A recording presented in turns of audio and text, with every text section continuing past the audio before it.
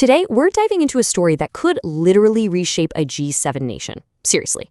A huge constitutional crisis is boiling over in Canada, and it all centers on one of its most powerful provinces, Alberta, which has now officially started down a path that could see it break away from the country entirely.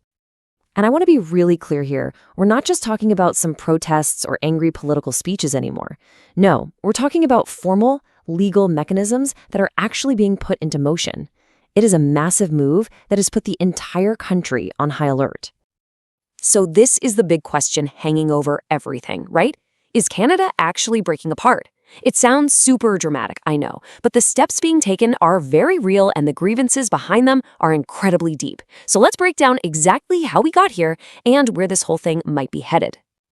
Okay, look at this timeline. This shows you this isn't just political noise. This is the constitutional machinery grinding into gear. A whole series of legal steps, from passing controversial acts to changing referendum laws to an official signature campaign, has created a very concrete path toward a binding vote on independence, maybe as soon as 2026. So what's really driving all of this? Well, to get to the heart of this conflict, you have to do what you always do: follow the money. The core of this movement isn't just about culture or identity, it's about billions and billions of dollars. Just to put things in perspective, Alberta's economy is an absolute powerhouse. We're talking an annual GDP of around 420 billion Canadian dollars. That's bigger than many countries. It's one of the wealthiest regions in all of North America, built on this massive foundation of energy reserves. And for the people pushing to separate, that's exactly where the problem is. Their whole argument is that federal policies from Ottawa, things like environmental regulations or blocking new pipelines, are actively strangling the province's most important industry. They claim these policies are costing Alberta somewhere between $20 and $30 billion every single year. You can kind of see how this financial flow works through a national program where wealthier provinces help support the less wealthy ones. But for a lot of Albertans, it just looks like a one-way street. They send billions more to the federal capital, Ottawa, than they ever see come back in federal spending. And that just fuels this growing feeling that their economic interests are being completely ignored. But it's never just about the money, is it? This economic frustration is tangled up with a much deeper feeling of political powerlessness, a sense that their voice just doesn't matter in the grand scheme of Canada. And that feeling led to this really dramatic move back in 2022, the Alberta Sovereignty Act. This law basically gives the province a veto. It allows Alberta to just ignore federal laws that it decides are harmful. It was a direct constitutional shot across the bow at the central government's authority. This quote really captures a sentiment you hear all the time out there.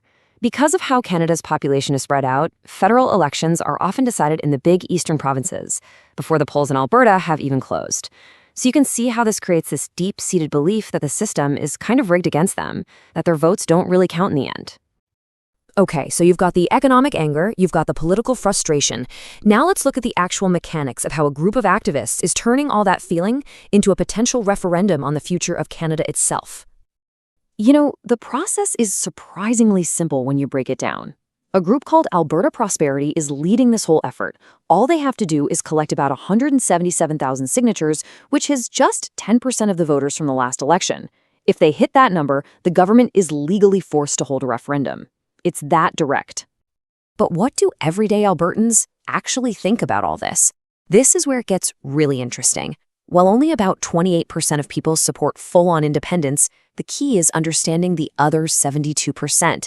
A huge chunk of that group deeply agrees with all the grievances. For them, the threat of separation isn't really the goal. It's the only bargaining chip they feel they have left to make Ottawa finally listen. And of course, support isn't spread evenly across the province. You really see a clear divide. It's strongest in the rural areas and the oil towns, especially among energy workers between 35 and 55 whose livelihoods are on the line. But in the big, more diverse cities like Calgary and Edmonton, and among younger people, support for staying in Canada is a lot higher. All right, let's zoom out for a second, because none of this is happening in a vacuum. The path to independence is incredibly complicated, blocked by huge legal obstacles, powerful outside interests, and this very real question of what would even happen next. The road ahead is just full of roadblocks. First off, Indigenous leaders have been crystal clear. Their historic treaties are with the Canadian Crown, not the province of Alberta, and they would legally oppose any separation. Then you've got these unconfirmed reports of American interest, including a rumored $500 billion credit line, which raises all sorts of questions. And finally, this whole thing could set a really dangerous precedent for other regions of the country. Which brings us to what many experts think is the real endgame here. For a huge part of this movement, the goal isn't actually to create a brand new country. The goal is to use the threat of leaving as the ultimate leverage, the biggest bargaining chip you could possibly have, to force a fundamental renegotiation of Alberta's place within Canada, basically a New Deal. And that leaves us with the central question for the future of the entire country. Is this whole thing an ultimatum designed to force a New Deal for Canada? Or is it truly the first step in taking the country apart?